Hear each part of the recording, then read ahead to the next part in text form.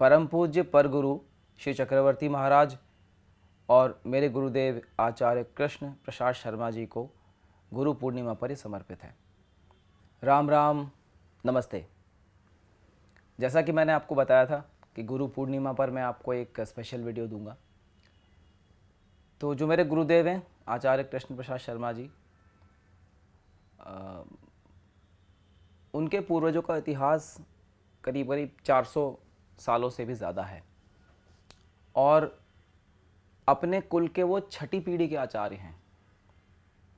तो इस परंपरा में किन विद्याओं की साधना की जाती है, तो मैं थोड़ा सा आप लोगों को बताना चाहता हूँ, क्योंकि बहुत बार बहुत लोगों ने पूछा है, कभी बताने का मौका नहीं मिला, या ऐसा कह लीजिए कि मैंने बताया नहीं, क्योंकि ये इससे बढ़िया मौका हो ही नहीं सकता कि गुरु पूर्णिमा पर इस बारे में बात की जाए। तो इस परंपरा में श्री विद्या की साधना की जाती है, 10 महाविद्याओं की साधना की जाती है, भैरव साधना, हनुमान जी की साधना, शिव साधना, नवदुर्गा साधना, है ना। तो इन 400 सालों के इतिहास में बहुत महान महान गुरु हुए हैं। जो मेरे परगुरु हैं चक्रवर्ती महाराज जी, वो भी जीवित हैं, और जो मेरे गुरुदेव हैं आचार्य कृष्ण प्रसाद शर्मा जी, पिछले 32 सालों से उन्होंने 70 से ज़्यादा देशों में लोगों को सनातन धर्म के इन पद्धतियों से, पूजाओं से जोड़ने का प्रयास हमेशा किया है। और सिर्फ इतना ही नहीं, जो जैसे कि विश्व सेवा धाम जो है, उसमें एक पहल है उनकी कि जो विकलांग हैं या जो बुजुर्ग हैं, जो बूढ़े वृद्ध लोग हैं, वो उनको रोज़गार भी मिले और वो मुख्य धारा से जुड़े भी। तो वो विश्व कल्याण के लिए, जगत कल्याण के लिए बहुत कुछ करते रहते हैं, और वो उनका कर्तव्य भी कह लीजिए, कर्म भी कह लीजिए, धर्म भी कह लीजिए, है ना। तो ऐसे करके इस कुल की एक बहुत महिमा रही है। अब गुरु पूर्णिमा में थोड़ा सा मैं आपको बता देता हूँ कि गुरु तत्व या गुरु शब्द से हम क्या समझते हैं। जैसे वैसे तो आपको पता होगा कि गुरु जो अंधकार से प्रकाश की ओर लेके जाए, गुरु, ये शब्द में बहुत कॉमन है कि गु अंधकार से प्रकाश की ओर ले जाने वाले को गुरु कहा जाता है। तो अगर ऐसे संधि विच्छेदम करेंगे गुरु, तो ये बहुत कॉमन है, आप पता कर सकते हैं कहीं से भी, आप इसमें कुछ ऐसा वो नहीं है। अब सबके आदि गुरु तो महादेव हैं, भोलेनाथ सबके आदि गुरु हैं, ये बिल्कुल करेक्ट है। तो उन्होंने जो वो शुरू में दीक्षा दी, उन्होंने 7 ऋषियों को दी, और उन 7 ऋषियों से फिर वो परंपराएं आगे बढ़ती रहीं। तो जब भी आपने सुना होगा एकलव्य के, बहुत एग्जाम्पल्स हैं। एकलव्य के एग्जाम्पल आपने सुना होगा, फिर आपने कर्ण का भी एग्जाम्पल सुना होगा कि कर्ण ने छल से गुरु से वो ज्ञान प्राप्त किया था, तो फिर बाद में वो जब समय आने पर वो काम ही नहीं किया, मतलब उसको याद ही नहीं रहा, वो पूरी विद्या उसने लूज़ कर दी। तो ऐसे बहुत सारी असंख्य कहानियाँ हैं। फिर कृष्ण जी जब आए तो संदीपन, जो उनके गुरु हुए ऋषि संदीपन, उनसे उन्होंने 16 कलाएँ सीखी। प्रभु श्री राम जब आए तो उन्होंने वशिष्ठ और विश्वामित्र जी इनसे सीखा। तो एक कुलगुरु थे, एक उनके गुरु थे। तो ये सब कहानियाँ आपने सुनी होंगी। मानव प्रजाति के इतिहास में, या ये समझ लीजिए कि मानव प्रजाति के उत्थान में गुरु का एक अहम रोल है। बिना गुरु के इंसान के जीवन की दिशा और दशा कभी भी क्लियर नहीं होती, वो अंधकार में ही रहता है। गुरु ही है जो उसे अंधकार से प्रकाश की ओर लेके जाता है। सदियों से मानव जाति के निर्माण में गुरु की अहम भूमिका रही है, और जब तक गुरु की कृपा प्राप्त नहीं हो जाती, मनुष्य अंधकार में ही रहता है। हमारे यहाँ जो परंपराएं रहती थी वो श्रुति और स्मृति से चलती थी, मतलब आपको बोल के बताई जाती थी। तो वो गुरु से शिष्य में और फिर शिष्य से अगले में, ऐसे करके वो फ्लो होता था। तो वो पर्सनली दी जाती थी कान में, ठीक है। और कभी भी ऐसा नहीं था कि इन परंपराओं में सिर्फ आध्यात्मिक और भी आध्यात्मिक उन्नति की और ही सिर्फ चीज़ें दी जा रही हो ना, इनमें बहुत सारी बातों पे कार्य होते थे। जो गुरुकुल रहे हैं पुराने ज़माने में, उसमें बहुत सारी चीज़ों पे काम होते थे। वैदिक युग में शिक्षा, नैतिक नैतिक शिक्षाएं, युद्ध कौशल की शिक्षाएं, गुप्त विद्याएं, ये सब गुरु परंपराओं में सिखाई जाती थी और इन सबको जोड़ते हुए आध्यात्मिक उन्नति की ओर भी अग्रसर कर दिया जाता था। तो वैदिक परंपराओं में ये जितना भी ज्ञान होता था, ये एक के बाद एक पीढ़ी दर पीढ़ी हस्तांतरित होती रहती थी और ये मौखिक होती थी। जैसा कि मैंने आपको बताया कि मौखिक होती थी, है ना। इसमें कोई ऐसा किताब और ऐसे रखें वैसा नहीं होता था, क्योंकि ये सब अनुभव का विषय है, ये सब पढ़ने का विषय नहीं है। तो गुरु की जो महिमा है वो कबीरदास जी ने बड़ा इंटरेस्टिंग तरीके से बोला है। उन्होंने लिखा है कि गुरु गोविंद दौं खड़े काके लागू पाए, गुरु गोविंद दौं खड़े काके लागू पाए, और बलिहारी गुरु अपने गोविंदियो बताए। गुरु गोविंद दो खड़े, गुरु भी खड़े हैं और गोविंद भी खड़े हैं। गोविंद आपको पता है जो स्थिति कारक देव हैं, जो मुख्य स्थिति के देव हैं, विष्णु जिनके एक रूप हैं। ये मैंने बताया हुआ है, आप जाके इसमें देख सकते हैं, मैंने क्लियरली मेंशन किया हुआ है, बहुत सारे एपिसोड में बताए हुए हैं। तो गुरु गोविंद दो खड़े काके लागू पाए, गुरु और गोविंद दोनों खड़े हैं, काके लागू पाए, किन के पैर पड़ूं, बलिहारी गुरु अपने गोविंदियो बताए। इष्ट के पास सिर्फ गुरु ले जा सकते हैं, क्योंकि उन्होंने इष्ट के दर्शन किए हुए हैं। भगवान को डायरेक्टली प्लीज करना पॉसिबल नहीं है। इष्ट जो है वो स्वतंत्र हैं, गुरु ही इष्ट को शिष्य के पास लेकर आते हैं और शिष्य को इष्ट के पास लेकर जाते हैं। गुरु की ही कृपा से यह संभव होता है, वरना डायरेक्ट इष्ट से मिले नहीं मिले,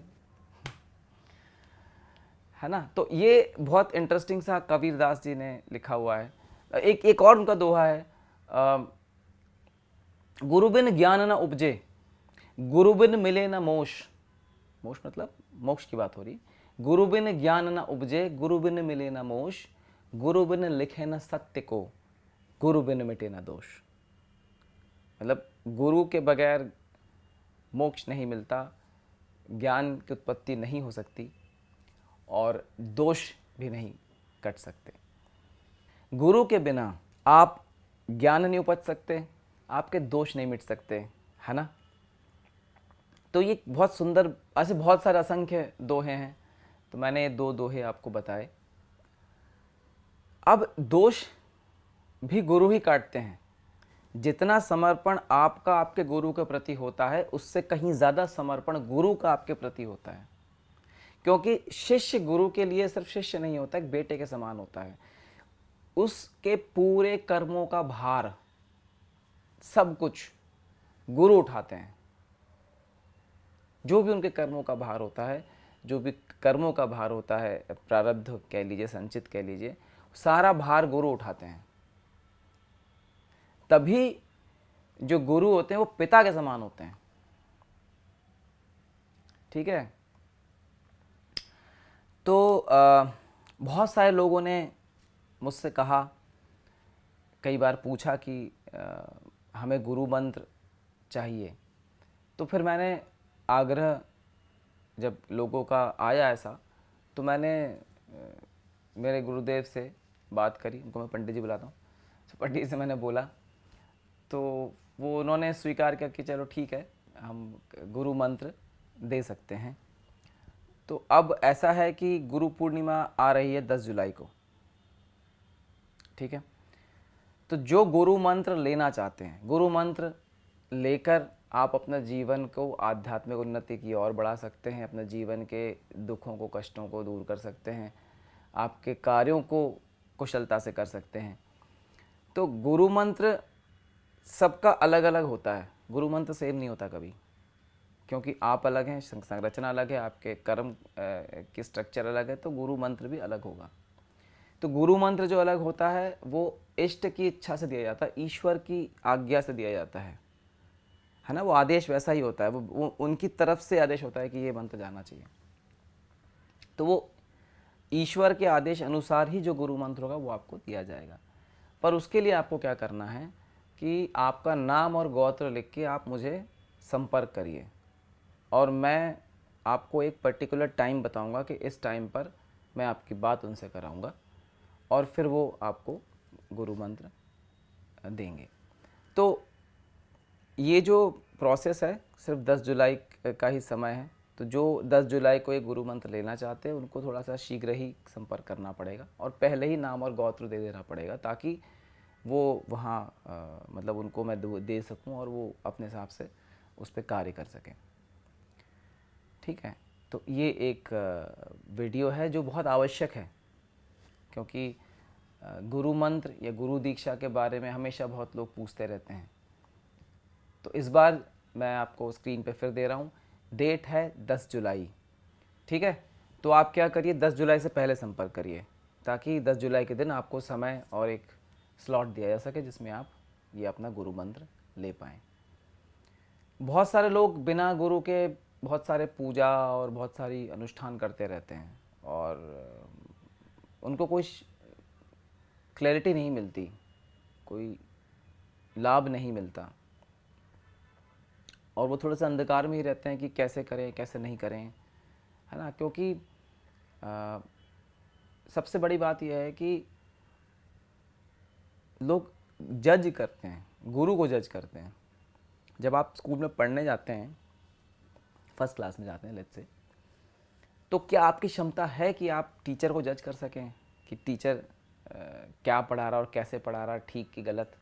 आपके लिए तो वही सब कुछ होता है। फिर जब आप सीनियर सेकेंडरी में पहुंचते हैं तो आपको प्राइमरी के टीचर ऐसे लगते हैं, फिर आप कॉलेज में पहुंचते हैं तो आप खुद पढ़ाने की क्षमता रखते हैं प्राइमरी के बच्चों को। तो कहने का अर्थ यह है कि आप जिस भी स्तर पे जा रहे होते हैं, आप जिस भी स्तर पे अपनी ज्ञान अर्जित करने जाते हैं, मैं शिक्षक पद्धति की बात कर रहा हूँ, अभी शिक्षण प्रणाली की बात हो रही है, मैं एग्जाम्पल समझा रहा हूँ। आप आपके शिक्षक को जज नहीं कर पाते क्योंकि आपकी क्षमता नहीं है। आपको खुद ही नहीं पता तो आप कहाँ जज करेंगे भाई? जब आप कोई चीज़ सीखने जाएं और आप पहले से भर के जाएं कि हाँ हाँ ये ठीक बोल रहा है, ये गलत बोल रहा है, ये ऐसा ये वैसा, तो फिर तो आप कभी नहीं सीख पाएंगे। गुरु के पास, माता पिता के पास और इष्ट के पास हमेशा हाथ भरे होने चाहिए और दिमाग खाली। हाथ भरे होने चाहिए और बाकी खाली। खाली किताब में ही कुछ लिखा जा सकता है, अगर वो पहले से भरा हुआ होगा तो उसमें कुछ लिखा नहीं जा सकता। तो गुरु के पास जब जाएं तो अपनी किताब खाली लेके जाएं, लेकिन हाथ भरे होने चाहिए।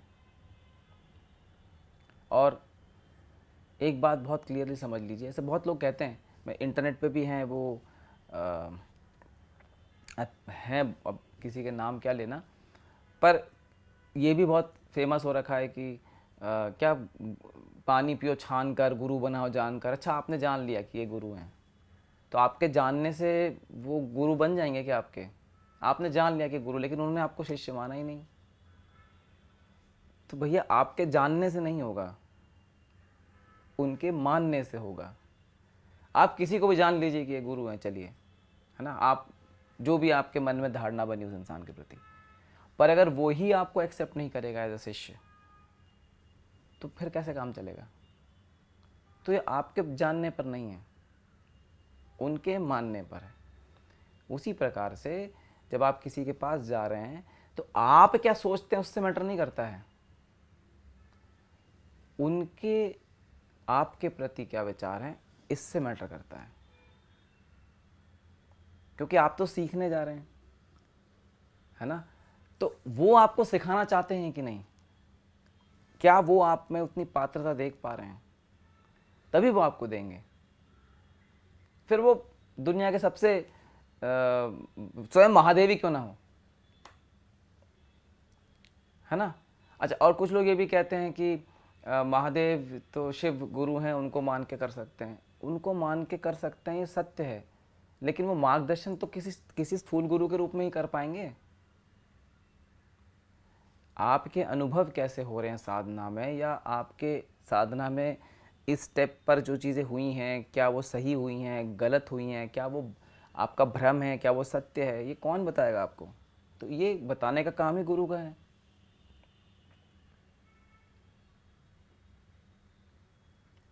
ना। तो जैसा दो चीज़ें मैंने कवर करी, गुरु मंत्र वाली बात इस वीडियो में, और मैंने अपनी परंपरा के बारे में भी आपको बताया कि 400 साल पुरानी परंपरा से हैं जो मेरे गुरु हैं, और सारी साधना जो मैंने आपको बताई थी, शिव विद्या साधना, 10 महाविद्या साधना, भैरव साधना, शिव साधना, हनुमान साधना, नव दुर्गा साधना, ये सब चीज़ों को उन्होंने बहुत कठोर तपस्या करी है और सिद्धियां प्राप्त की हैं, सिद्ध किया है।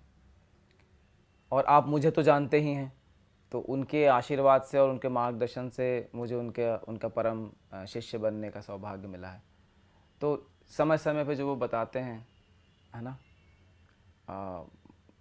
जो विश्व कल्याण के लिए बहुत महत्वपूर्ण ऐसे कुछ स्पेशल एपिसोड्स आते हैं, नवरात्रि में आपको क्या करना है, या ये सब चीज़ें जो वो उनकी बहुत स्पेशल वो होती है कि नहीं, लोगों को ये बताना चाहिए। तो फिर उनके मार्गदर्शन से मैं आप लोगों को बताता रहता हूँ। बाकी उनके सानिध्य में साधनाएं करने पर जो भी ज्ञान प्राप्त हुआ है वो मैं आपसे साझा करता ही रहता हूँ हमेशा। ठीक है, तो ये वीडियो जो था ये गुरु पूर्णिमा को लेकर था, ताकि आप लोग समय रहते अपना नाम और गोत्र भेज सकें और गुरु मंत्र के लिए गुरु पूर्णिमा का लाभ उठा सकें। ठीक है, अब ये जो वीडियो है ये मैंने लास्ट वीडियो के टीज़र में बताया था कि कभी भी आ सकता है, तो थोड़ा सा नवरात्र चल रहे थे तो रिकॉर्ड करने में समय की बड़ी कमी थी। विंडो बहुत कम है, सिर्फ 2-3 दिन का ही समय है, तो जल्दी से जल्दी आप इस पे एक्ट करिए और अधिक से अधिक लोगों तक ये पहुँचाइए, ताकि कोई अगर ऐसा चाहता हो गुरु मंत्र लेना तो वो संपर्क कर सके, क्योंकि 10 जुलाई का ही दिन है और समय बहुत कम बचा हुआ है। ठीक है, तो इसको अधिक से अधिक लोगों तक पहुँचाइए, चैनल को सब्सक्राइब करिए और अधिक से अधिक लोगों तक पहुँचाइए, ताकि सभी लोग इन बातों का लाभ ले सकें। आपसे आज्ञा लेंगे आज। राम राम, नमस्ते।